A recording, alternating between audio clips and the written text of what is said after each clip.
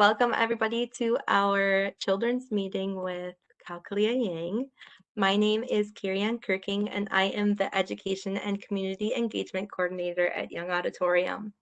Today's event is being hosted by Young Auditorium, but also 14 libraries that we're partnering with for the Big Read. These libraries include Irvin L. Young Memorial Library, Dwight Foster Library, Hedberg Library, Jefferson Public Library, Matheson Memorial Library, Eager Free Library, Milton Public Library, Barrett Memorial Library, Fontana Public Library, Clinton Public Library, Orfordville Public Library, Edgerton Public Library, and the University of Wisconsin Libraries Lenox and Anderson. Today's event is part of our NEA Big Read programming. Young Auditorium is one of over 70 nonprofit organizations to receive a grant to host a NEA Big Read project. This is managed by Arts Midwest. The National Endowment for the Arts Big Read program is designed to broaden our understanding of our world, our communities, and ourselves through the joy of sharing a good book. For those of you that are not from the area, Young Auditorium is located directly on the University of Wisconsin-Whitewater campus. Our 1,300-seat venue serves UW-Whitewater and the regional community by presenting professional national touring productions, as well as education and cultural programs. We also facilitate a robust arts education program that annually serves an average of 15,000, sorry, pre-K through 12 students. To find out more about Young Auditorium, including how to make a charitable donation, please visit our website at youngauditorium.com. We're so excited to have Kao Kalia Yang with us today. She's an award-winning author of the books The Song Poet, Somewhere in the Unknown World, and the subject of Young Auditorium's Big Read 2021 project, The Late Homecomer. She lives in St. Paul, Minnesota, and is here virtually to read to us her children's book, A Map into the World. She is also going to answer any questions that you may have. You can ask your questions when we're in the Q&A session by entering them into the chat box, and I will read through them for her to answer. So without further ado, here is Kao Kalia Yang. Thank you, Carrie Ann, for that lovely introduction. Hello, everyone. Thank you for joining us. There's nothing I like to do more than read a children's book on a gray, moody, cloudy day. And that is exactly what we have here in St. Paul. I hope that the weather is nicer where you are, but I'm thinking this is Minnesota and Wisconsin, so it's going to be pretty similar. And so we're going to start out by doing a reading of my debut picture book, A Map into the World. Last year's Minnesota Children's Book Award winner in children's literature. In the fall, this book will be translated into Hmong, into Spanish, into French, and into Chinese by Learner Books. So it's very exciting. It's one thing to have a book come out in a different language in a different country, but it's an incredible thing to have a book come out in all of these languages in the same country, to recognize that we are speakers of the world's languages right here. Carrie Ann is going to show you the best visuals by advancing the screen as I read, so you can follow along and be able to feast your eyes on the incredible illustrations of Seo Kim. A Map into the World by Kao Kalia Yang, illustrated by Seo Kim. Dedication. For Bob who loved Ruth, to my family and Aaron with love, S.K. A Map into the World. The first time we saw the swing and the slide at the garden of the greenhouse with the big windows, my mother sat down in a chair in the backyard and said she did not want to get up. Thea and I looked at the garden, and she pointed out tomatoes, green beans, and a watermelon round as my mother's belly. Thea knelt down to touch the dirt. I asked my mother if I could try the swing, and she said, "Yes, Bambao." The greenhouse became our house. I hope that Thai hang the special story cloth about how the Hmong got to America on the empty wall by the big window of the living room. We saw an old man and woman through the window. They waved, we waved back. Later, my mother and father brought me across the street. The old man's name was Bob, and the old woman's name was Ruth. Up close, I could see that they were even older than Tatay. Tatay and I were in the garden picking tomatoes and beans and checking on the watermelon when my parents brought my baby brothers home from the hospital. I ran to the gate. The boys were smaller than my baby dolls, but cuter than any doll, with their fuzzy heads and red lips and round brown eyes. Some days the babies cried very loud. I covered my ears with my hands and I asked my father to take me outside. Bob and Ruth sat on their special bench. We waved back and forth. The leaves of the two ginkgo trees by Bob and Ruth's house turned yellow like apricots. One day, a brisk wind blew and the fan-shaped leaves came flying down. They covered the grass and the street and the dark mouth of the drain. Bob raked while Ruth sat and watched. I brought in a leaf for the babies to touch, but my mother said, "They're still too little, Bandal." The snow made the world quiet around us. We stopped seeing Bob and Ruth outside. The snowflakes fell on their driveway and glittered in the gray light. I made a ball of snow for my brothers, but it melted before they woke up from their nap. At night, I looked out our big window at Bob and Ruth's house to see their lights shining across the dark street. Sometimes I saw a shape of a person looking back at me. I waved, but the shadow person never waved back. On a cold morning, cars came to our block, filling the street. Car doors slammed as men and women in thick jackets walked quickly to Bob and Ruth's house. My father said, "Ruth has died. Her family is coming to say goodbye." I felt sad for Ruth. My brothers just played with the toys above them. The cars kept coming and going the next day and the next. I swayed back and forth on my toes by the big window. I tried to lift one of my brothers so the people could see how cute he was, but he cried and my mother said, "You're still too little to carry him, Bandao." After the Hmong New Year, my baby brothers learned how to sit on their own and we all sat, looking out the window together. I clapped for them when a plane flew across the high skies. They laughed every time. The house across the street looked empty. The ginkgo trees reached for the sky with their thin fingers. When the snow started melting, I could not wait to return to the swing and the slide in the garden. My baby brothers crawled all over the floor, underneath the table and the chairs. They were like puppies, their tongues licking everything. I found the first worm of spring on the sidewalk and named her Annette.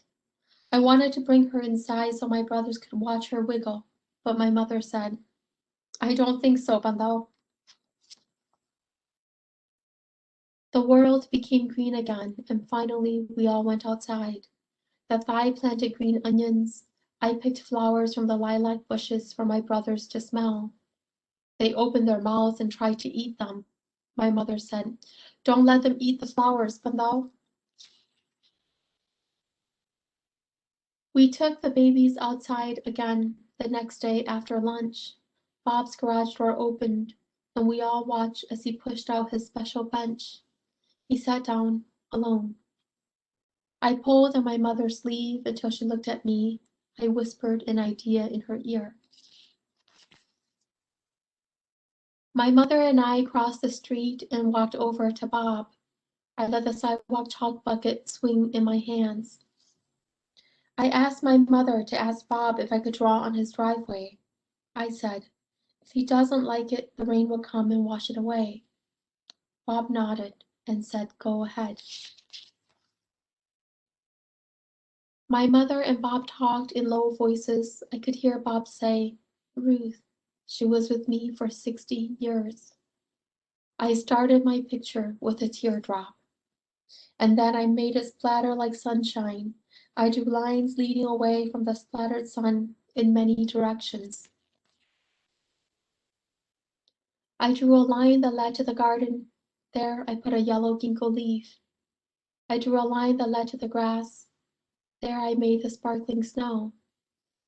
I drew a line to the sidewalk. There I put a smiling worm named Annette. I drew an arrow to our house. There I added lilac flowers.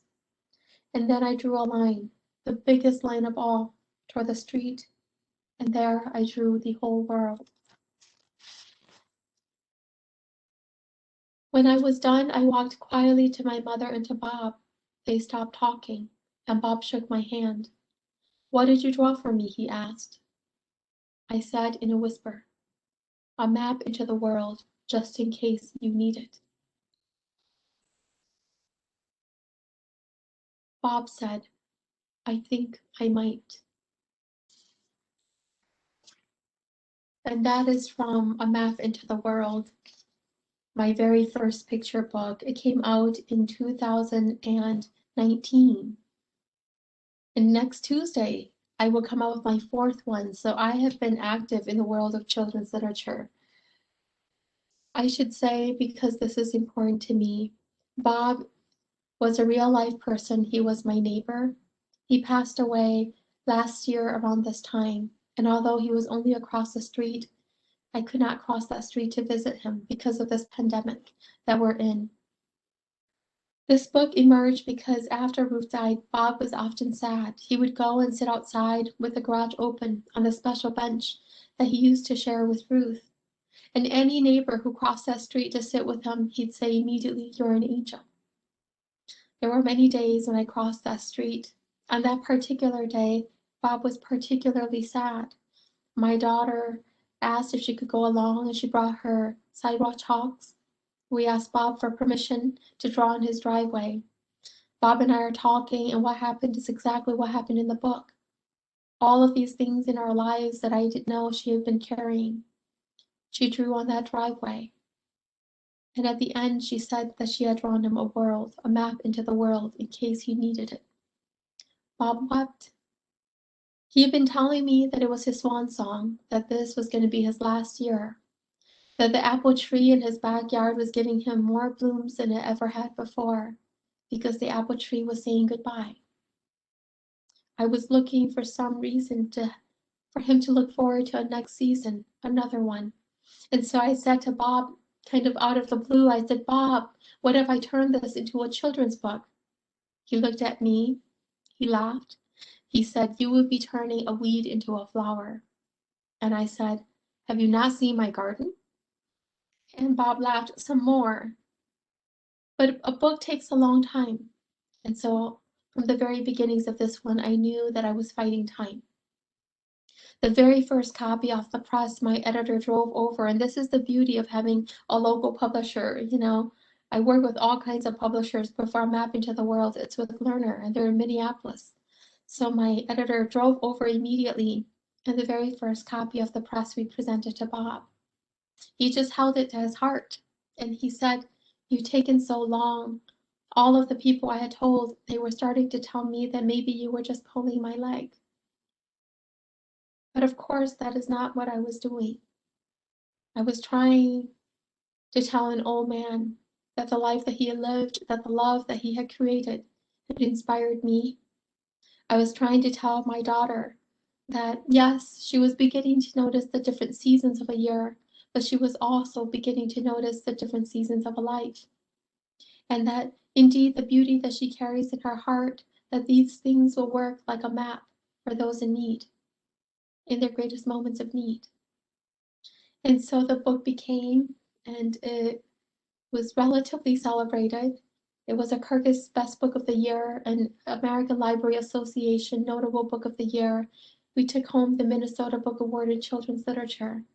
And that was the beginning of a different side of my career. It's not a different career, it's the same one. I built my home in memoir, as you all know, because I'm here for the big read, for the late homecomer. But what began was a beautiful career in children's literature. So Map into the World came out in 2019. in 2020, in the year of the pandemic. The Shared Room came out in, this one came out in June of 2020. This is illustrated by C. Writer, a Hmong American illustrator. So we are debuting Hmong illustrators into the world of American literature for the very first time through my University of Minnesota titles. The Shared Room is a sad book, and I knew even when I was writing it that it would never make it to like the bestseller list. What parent wants to buy a book for their child about the death of a child? But this book, like my other, is also inspired by real life. There was a little girl called Jenna, right here on the east side of St. Paul. Ever since she was a little baby, her mom and dad would often take her to my talks. When Jenna was 5, she told me that when she grew up, she wanted to be a writer. And I said, "What kind of a writer?" And she said, "The kind you are." 3 years ago, I read in the newspapers on the first hot day of summer that a little girl had drowned at a local lake, a swimming lake. In the days after, I found out that it was Jenna, Rainwatcher was her name, that she had drowned. I went to her funeral, and it was devastating because her father could wrap his arms around the casket. And of course, at home, I had a little girl of my own, and I had little boys who were just born, twin sons, just like a map into the world. I looked at her brothers and sisters, and I went to the bookshelves that I knew well and I loved, and I tried to find a book that would speak to the grief of children, to the communal grief of a family. I knew that across this country, every year, 19,000 children lose children unexpectedly. But there were so few. It's easier to write about maybe the loss of a pet, perhaps our elders, but it's incredibly hard to write about the death of a child. And so, because I couldn't find anything, with the blessing of Jenna's family, I wrote The Shared Room, dedicated to her brothers and her sister, who will live in a world without her. I'm very proud of this book. You know, sometimes there are books that we've been waiting our whole lives to write, but sometimes we're in such a place where there are books we need to write because it's necessary in the world. And that's what The Shared Room is. And then in October, I came out with the most beautiful thing, which I read this morning to the women of AAUW. This is also a memoir, and it is, I think, the companion book to The Late Homecomer. It is a story about a family without much money, but the things that they have, money cannot buy. I think it's a perfect book for our times. There are so many families across this country who have to do with so very little. Now is a good time to hold fast to the stories that make us brave and that help us be true to the world that we live in. And so I'm very proud of The Most Beautiful Thing, a finalist for a Minnesota Book Award. We'll see if we win on April 29th. Again, a Kirkus Best Book of the Year, an American Library Association notable book. But on Tuesday, so this is April 13th, this book enters the world. It's called Yang Warriors, and it's again, I'm pushing the genre, so it's memoir. It is a real life story, illustrated by Billy Tao, the second Hmong American illustrator to be able to work on my books. And I'm really thrilled that I'm now at a point in my career where I can begin to give opportunities for other creators and book lovers and artists in the community. And so this one is about a ragtag group of children who are daring, who select a tiny leader with a pot belly, Master May. May is the Hmong word for little, but he promises never to leave any of them behind. And in a refugee camp where the children only get food 3 days out of the week because that was it for the rations, they go on a dangerous mission outside of the camp to forage for greens for the younger ones. I was one of the younger ones who benefited from their adventure. But this book is very much about their courage. I'll just show you one illustration from it. It's about the inner warriors inside all of us. Because I know from my own children that often, you know, they'll look toward the silver screens or they'll try to find them in the books. They're not quite good yet at finding the heroes in their lives. the heroes who happen to be their ages, actually. And so the book is a redirecting of courage, I think necessarily, considering the year that all of our children have just, made it through, or at least most of our children have made it through. But I'm super excited that I get to spend this time talking about children's literature, because I'm not just visiting. I'm building myself a home in the genre. For the next 5 years, every 2 years, there will be children's books coming from me, from presses big and small. I have books coming from Penguin. I have books coming um, from the University of Minnesota Press, more from Learner Books. And this is just the beginning. And so I'm happy to talk to all of you. At this time, you can put your questions in to the Q&A and Carrie Ann will direct them to me and we can just have a conversation because this is such an intimate group. Thank you. Thank you so much. I The most beautiful thing when that had come out in October, it's the most beautiful book I've ever seen and read. I love it. So thank you so much for sharing today. We have one comment in the chat I'm going to read that what a lovely reading of your Map into the World book. And I'm so happy to learn that it's based on your neighbor and your family. Did your daughter really name the worm Annette? So sweet. Thank you for sharing your gift of story with us. Yes, my daughter really named her first worm of spring Annette. It's a fun experience, I had thought that maybe she would name it a very childish name, but no, it was Annette. Yesterday, my boys, I have identical twin boys who are 5. My daughter is now 7. We went outside and one of them found his first worm and he named it Wormy Jr. And so these names are real and these names are very true to who they are as children. Bob, when he died, I was surprised one day when his children came over and they said to me, "My father would have wanted you to have the special bench. Do you want the special bench?" The special bench from A Map into the World. And I couldn't quite believe it. But I knew immediately that Bob has grandchildren. And there were children all over the St. Paul Public Schools because this book has been written into the curriculum, reading this work. It would be selfish of me to keep the special bench in my garage just for myself and my children.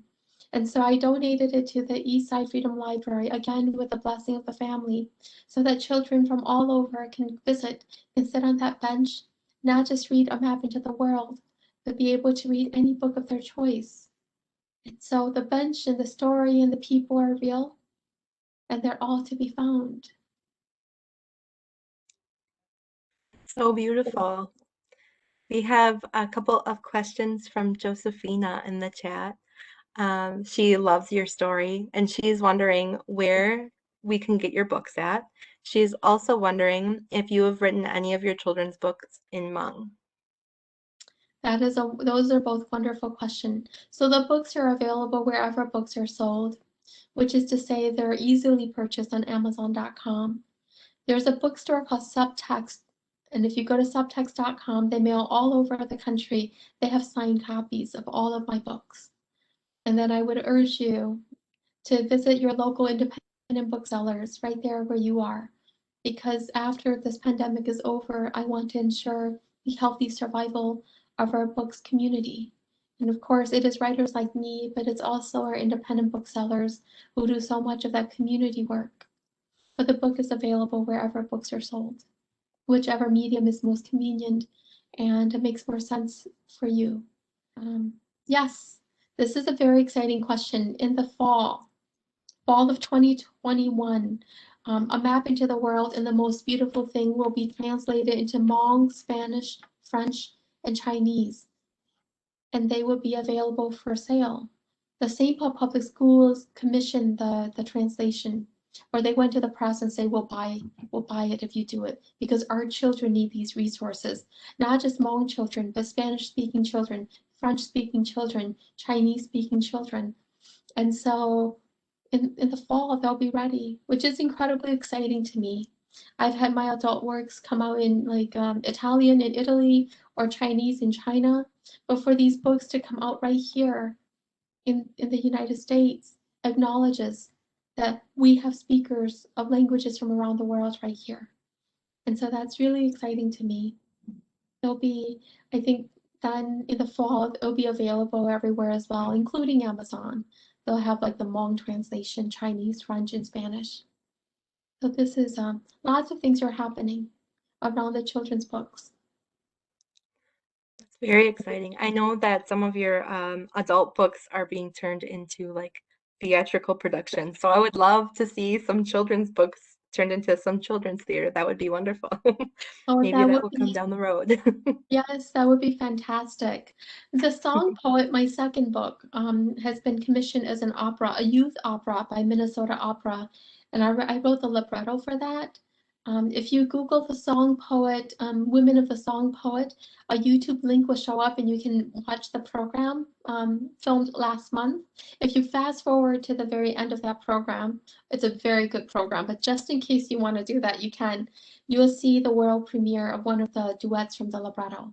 Oh, it was exquisite, and it was exquisitely moving for me to hear these young women take on the voices of Kalia and my older sister Dao to sing our song, Sisters Are Life Partners Too.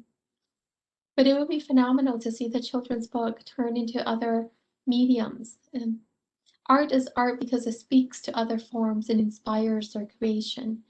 And so I believe in creating art in the world of children's literature, and it would just be so delightful. Josephina has another question for us. This is really a really wonderful one. Do you think your generous heart is a gift from your grandmother, a gift from your life story, the learning to make do with so little in refugee camps, etc.? It's such a good question, and I've never gotten it before, Josephina, since I've been on this journey as a writer. When I think about the pieces of my heart, I think, yes, of my grandma. You know, she was so wise, although she was illiterate. She couldn't read in English or write in English or any other language because she had never gone to school. My grandma could read like the clouds in the sky. She could read, the leaves of a plant, the rain, the wind, all of these things that were so elemental. In my eyes, even as a child, I knew my grandmother to be a source of immense knowledge and wisdom. And I think in that way she was an example. Perhaps one day when my time when my time comes, I could be like her. She is still an example. By the time I was born, my grandmother was already an old woman. And although I'm 40 now, I'm not yet. I don't see myself quite yet as old. I'm still getting there, I hope. And so I would love to be an old woman like my grandma, to smell like Hmong herbs and tiger balm. Um, I think the most important quality about my grandma that always resonated so deeply with me was that she never depended on decoration for beauty. You know, hers was a beauty that was deeper than anything you could see. And even when I was a kid, there'd be some times where people would come to me and they'd say, "Oh, you're so cute," or "Such a pretty little girl." And I remember thinking, but I want my beauty to be deeper than that. And then my mother, who was this very nonfiction woman, my mother was a very beautiful woman, but her beauty didn't mean anything in the life that we lived in America, in the poverty of our circumstances.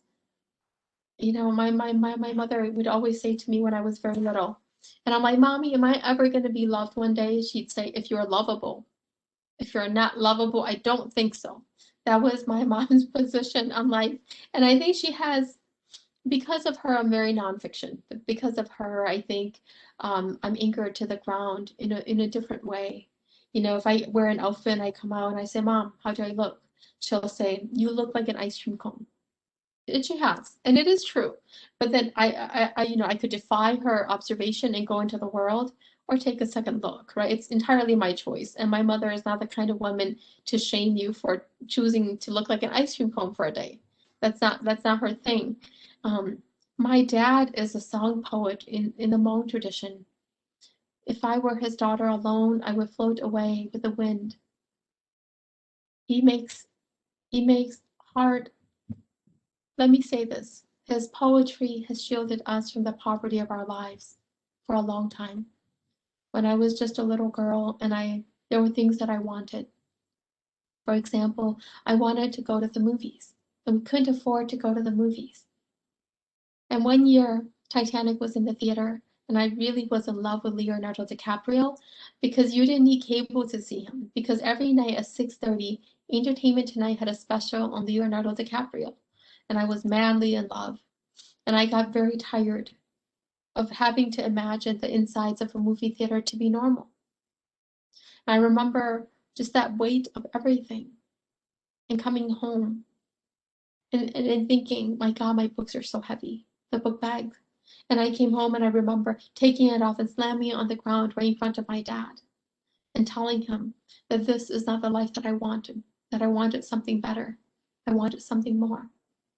And my father, I remember like the wash of liquid in his eyes. And I hadn't planned anything else, people. I thought I was going to make this declaration and then it would end there. I didn't want to make my father cry. But my father blinked away his tears and he said, words I'll never forget. My dad said to me, I would choose you all over again if I could. A long time ago, when you were just flying in the sky with the clouds, when you could see the course of rivers and the trajectory of mountains, you saw a young man and a young woman walking without shoes. You chose to come down to us. I still didn't know what to say. My father got up and he walked to the door. And just as he was going to go out, he said to me, remember, life is going to teach you the strength of the human heart, not of its weakness or fragility. I heard the door close. I could hear the car starting. I never had the words to say anything. But that is exactly why in the late homecomer I start with that line where I say, I would come down again to this life if I could. It took me a long time, many, many years, to find those words inside of me. But I love language because my father loves language. Because all of his life he's remembered the beautiful things that people have said to him. He said in the beginning there weren't many people to say beautiful things to him. Everybody was so busy trying to survive. He used to go from the houses of neighbors, trying to collect the beautiful things that they had to say to each other. He said that he became a song poet because by himself he would whisper those words to comfort his heart, and one day a song escaped on a sigh. That's my father. My heart is all of these pieces together. And then, of course, I could continue. You know, there's the influence of my older sister, Dao, a year and 9 months older than me, but she acts like she's the world older people. If I ask her a question, even if she doesn't know the answer, she'll come up with one just for me. You know, Dao, who had polio when we were children, so one of her legs was slightly shorter than the other. She used to walk with a limp. And I remember when we were younger, people used to say, if Doug can do it, then why can't you? To their kids. And I thought, I look at my sister and I thought, like, she's the strongest person I know, but nobody knows it, you know? She's taught me that the earth itself isn't even for everyone. And that we can only go somewhere together if we are indeed together. Otherwise, we're by ourselves. And so lots of people making possible this heart. In this program that I referenced, the Women of the Song Poet, you know, Doe said something about me. We'd never been interviewed together formally at all in all of my career, and it was our first time. And Mitra said Siddiqpur from Minnesota Opera asked out like how was Kalia as a kid, and Doe said the thing about her was that she never wanted or needed or yearned for other people's approval. Kalia didn't talk much, and she didn't try to be the center of attention. It seemed like whatever was there was always enough for her. And that's something that Dao says that she herself has never known, the feeling that to be oneself is enough. But that is possible only because I have her as a big sister. And so lots of people making this heart soft Your family sounds so wonderful. I love hearing you talk about them. We have a couple more questions in the chat. Somebody would like to know if your parents are still with you. They are. Mom and dad are still here. They're about 45 minutes out of the cities, and I try to see them every Saturday. And so I schedule all of my work and most of my trips away from Saturday so that I can take my kids down to be with them. They have had a lonely year, like a lot of other elders in the community.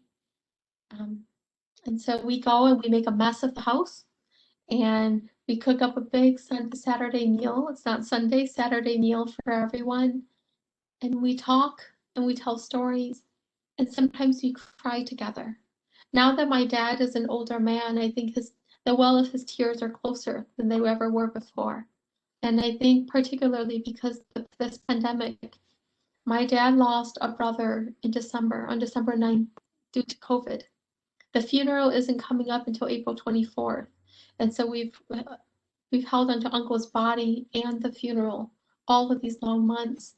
I think they've needed us more this year than they have any other year before. They've needed my children and my sister's children to run wild, to chase each other and to laugh and to fill up the house. Because I think the house gets a little bit cold. Dad, I say, is the youngest. He has 8 older siblings. In the last 3 years, he's lost 3 brothers. The world, I think, is lonelier than it's ever been for my dad. And my mom, because she married him so young, they were not just his brothers, they were also hers. And so she's grieving with him and with her within herself. And so yeah, we visit every Saturday. So like tomorrow morning, I'm gonna get up, tie my hair back, and put on sweats and head over to Cannon Falls to be with them.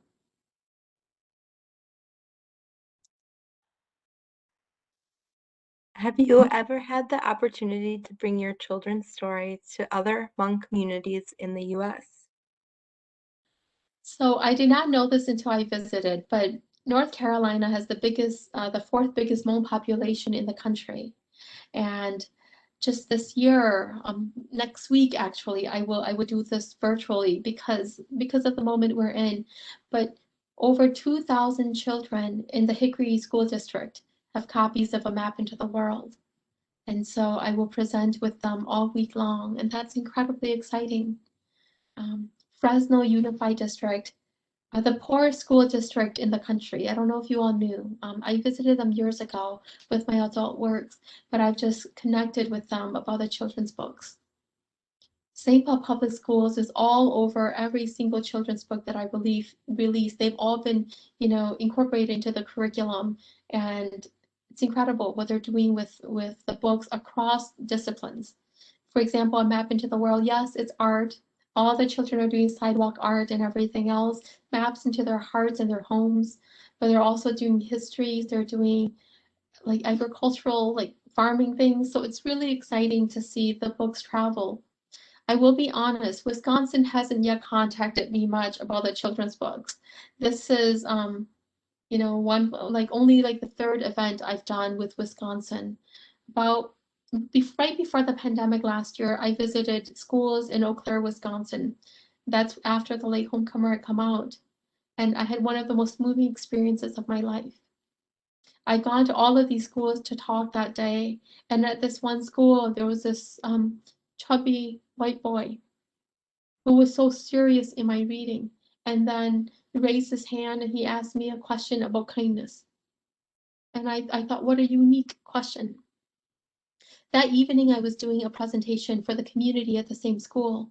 And when I came back, there he was waiting. He had a torn piece of paper. He said, will you sign this for me? And so I signed it for him. And there was this really tired teenager with him. And the principal came up to me and said, you don't know, but this boy has a really hard life. He's never been to an after-school event. That's his brother. He dragged his brother here. This is like the first time. And so I gave another presentation. And afterward, I came back to the book signing table. And his teacher came up with him. And she gave me this tiny index card. And she says, will you sign this for him? Because she's seen the torn sheet of paper. And I signed the index card for him. And he said to me, words I'll never forget. This little kid, he said, My life is hard. In you, I find a place where gentleness is a source of power.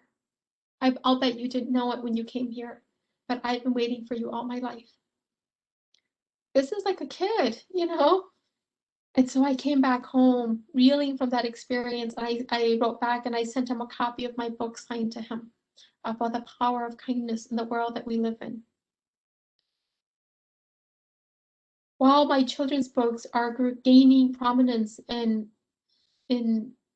children's literature in terms of awards and recognition across the country, and because one of them is going to come from Penguin in like a year, so it's called Cage, and it's going to be coming from Kokila, I know that my work will grow.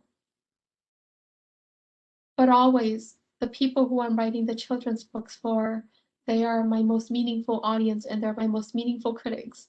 And it is in these interactions that I think I stake my ground. I say, this is who I am. This is the world I'm building with each book. And you too can build a world of your own.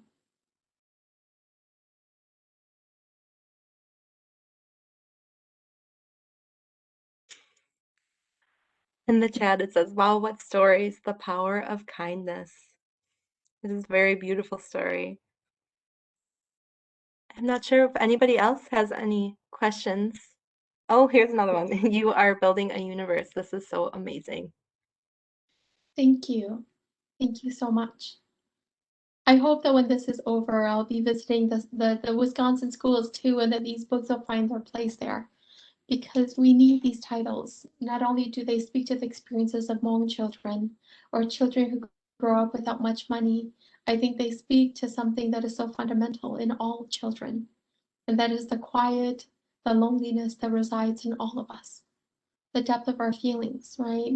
There is no age range for the strength of our feelings, and I find that so many children have so many powerful feelings.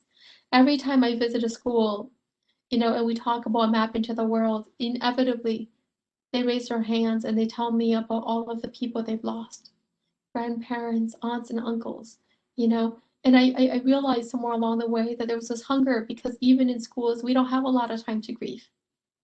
While grief is such a foundational part of being human, the structure of the school itself doesn't facilitate ways for us to express these stories.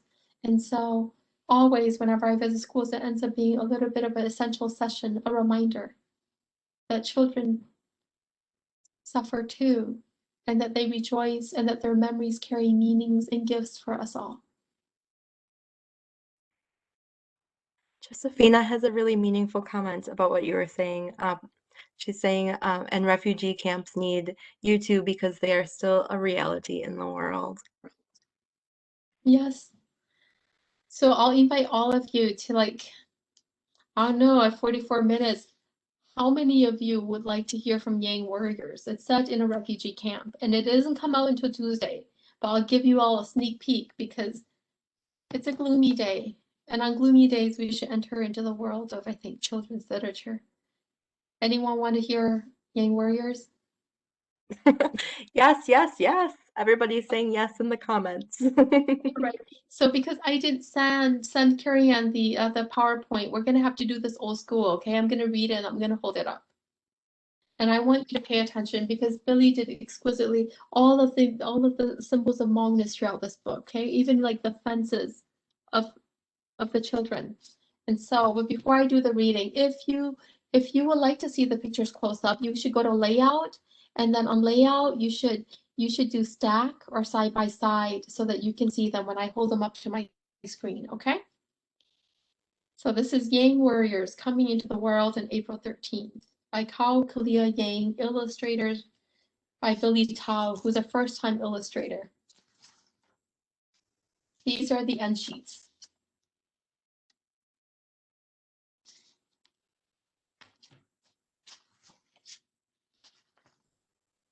Ban Binai Refugee Camp, 1986.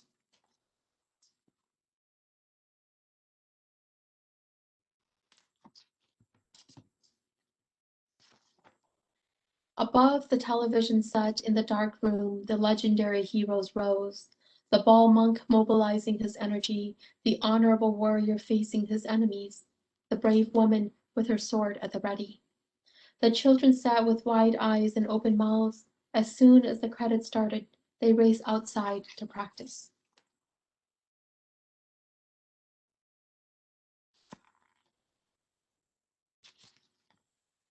In a clearing between the houses, the children bowed to their elected leader, a 10-year-old cousin named May, the Hmong word for little.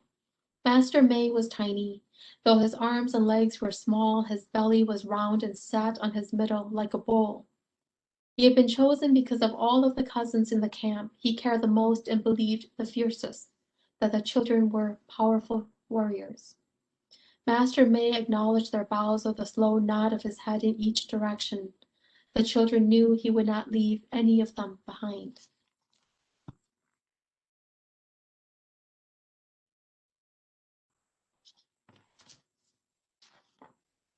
The children saw the enemies that existed everywhere, the guards with their guns. They practiced the art of throwing rocks and thrusting sticks, the other refugee children looking for play space.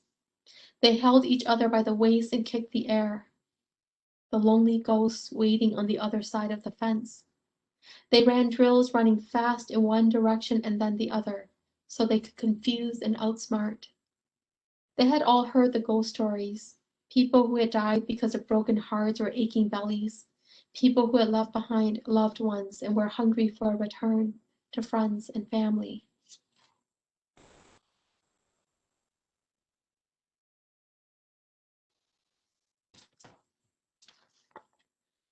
There were 7 boys and 2 girls in the group. All of them were younger than Master May. Each morning, at the crow of the roosters, the pot-bellied boy stood at the ready, lines drawn into the dirt of the camp yard. The children arrived one by one, each with a flat rock in hand. They went to their lines and balanced the stones on their heads. When their shadows disappeared beneath the noon sun, they ran to different homes for meager lunches of rice balls and dried fish. After lunch, they resumed their practice. The sticks in their hands were sacred swords.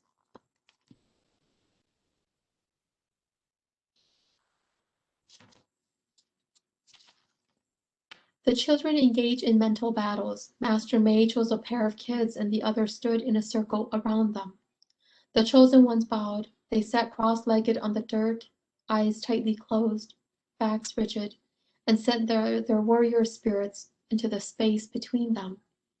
The sun's heat traveled through their hair and clothing until sweat beaded their brows and dripped off their chins.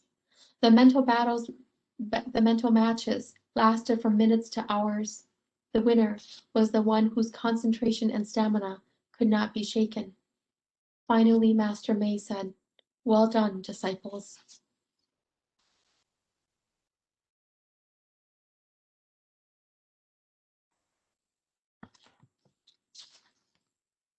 One especially hot week when the camp rations were thin, Master May took a seat alone in the circle of the group. He closed his eyes and meditated. After an hour, when the youngest member of the group, a 5-year-old named Ong, sank on her knees from exhaustion, he opened his eyes and said, "We must leave the camp to forage for greens. The younger children need it." The words were dangerous. Everyone knew the rule. No Hmong person could leave the camp without permission from the Thai guards. The children had seen men and women beaten for leaving the camp. People had disappeared after reports of their leaving had been filed. Each child drew in a breath and held it, waiting for Master May to clarify his vision, to speak of something else. But his shoulders were stiff and his eyes far off as he explained. "There's a farmer with a pond full of morning glory nearby. If we're caught by the authorities or the adults, I will fulfill my destiny as your master. I will take all responsibility and bear the punishment."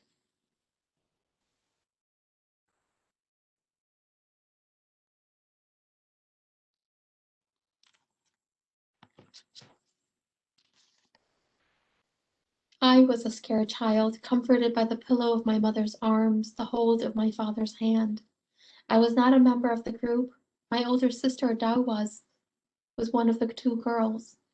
She was 7 years old then, a small girl with thick, messy hair, one leg shorter than the other because she had polio as a baby. Her job in the group was to carry everyone's flip-flops if they were in a fight and flee situation. She was also the best at the mental battles.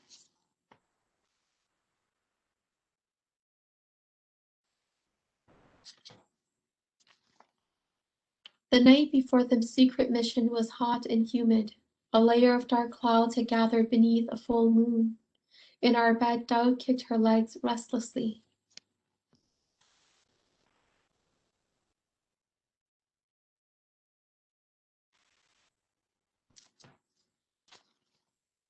When the songs of the crickets and the snores of our father were the only sounds in the room, Dao whispered, "Tomorrow might be my last day."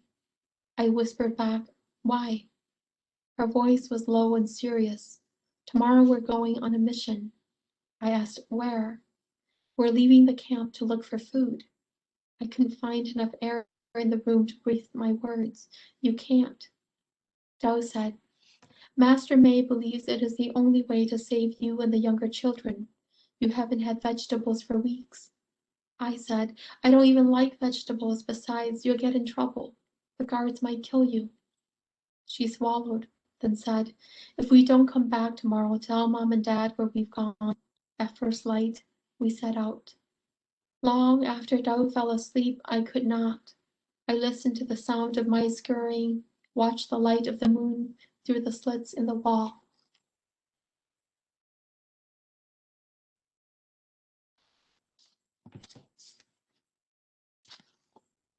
The next morning when I woke, the bed was empty. My mother had left to tend her small garden of cilantro and green onions. My father was out carrying the day's water from the well. I looked at my sister's place beside me, and I knew she was not in the yard standing at her line. I put my hands over my quivering belly.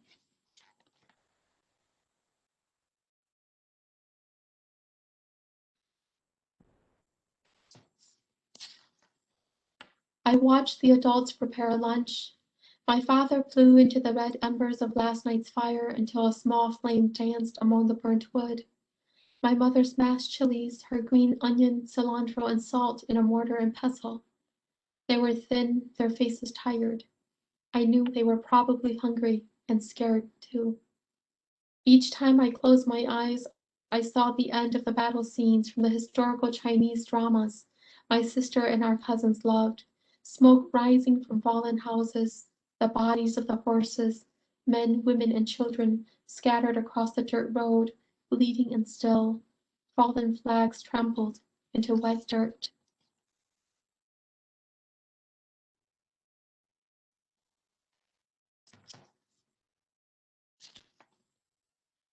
What if my sister were killed? I was about to tell my mother about the secret mission when I saw Ong. She was wet and she carried a plastic bag of greens. She leaned it quietly by the doorway. Before anyone noticed, she left. I followed. "Ong, where's Dao?" "Hurt." I blinked the tears away. "What happened?" "Many were injured." The two of us ran behind the corn husk shack. My heart pounded with each step.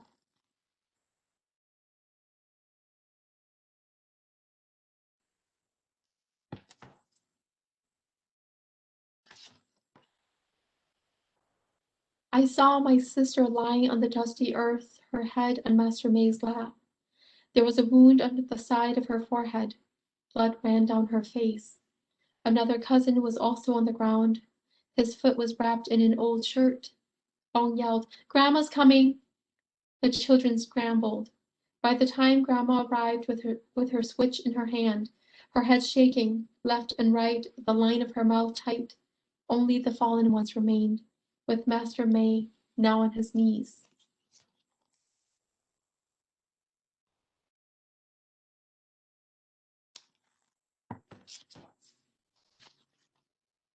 Most of the group had been caught when they scattered. There was not much talk, no one wanted to attract the attention of the guards. Grandma's switch flew into butts, whimpers and yelps were caught in throats. Master May suffered the worst of the consequences. Grandma said, "You are the oldest, you could have killed them all. If the authorities find out, what would happen?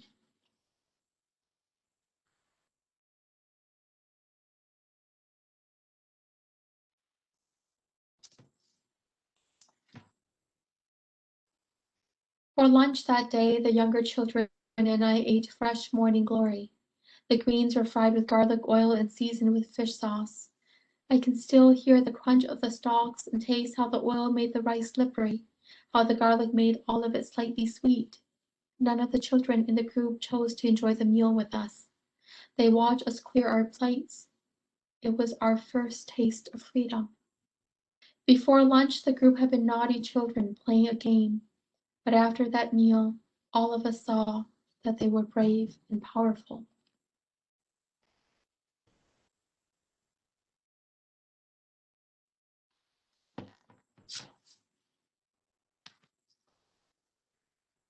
I knew the adults had all survived a war, but I had never imagined we children could be warriors.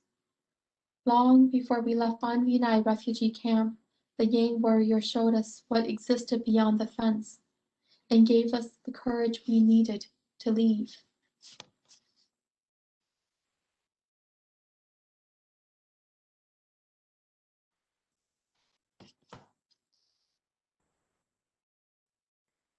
I see them now, far away from that dry, dusty, hungry place we shared beneath the burning sun, the group of warriors standing strong, Master May firm belly forward, Ong on her tiptoes, trying to be older than her years.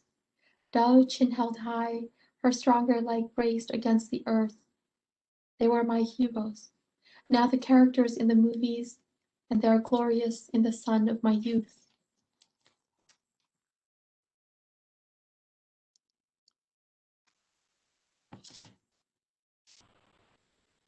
That is the end of Yang Warriors, and then there's a author's note. I don't know if you all can see, but with photos of all of us, my family, when we applied to come to America as refugees of war. I hope that you enjoyed that reading. It's like my maybe second or third time reading out loud, so I apologize for any. But hey, the flow of the words are coming, and I'm getting better at it. And on Friday, if you want to join me for the official launch, it'll be virtual. Just Google East Side Freedom Library and Kao Kalia Yang, and a link will come up for you to register for the virtual launch. Thank you so much to all of you for joining me in this fantastic hour on children's literature. Thank you so Thank much. you. This was wonderful. Thank Thank you you. everybody for joining us. We will be back again around 7 o'clock to talk a little bit about the late homecomer and have a little bit of a Q&A as well. So if you want some more, come join us again later. Thank you so much, Kao Kalia Yang. It was wonderful to talk to you. Thank you, Carrie Ann. Thank you all. Have a wonderful rest of the day, but I'll see you again.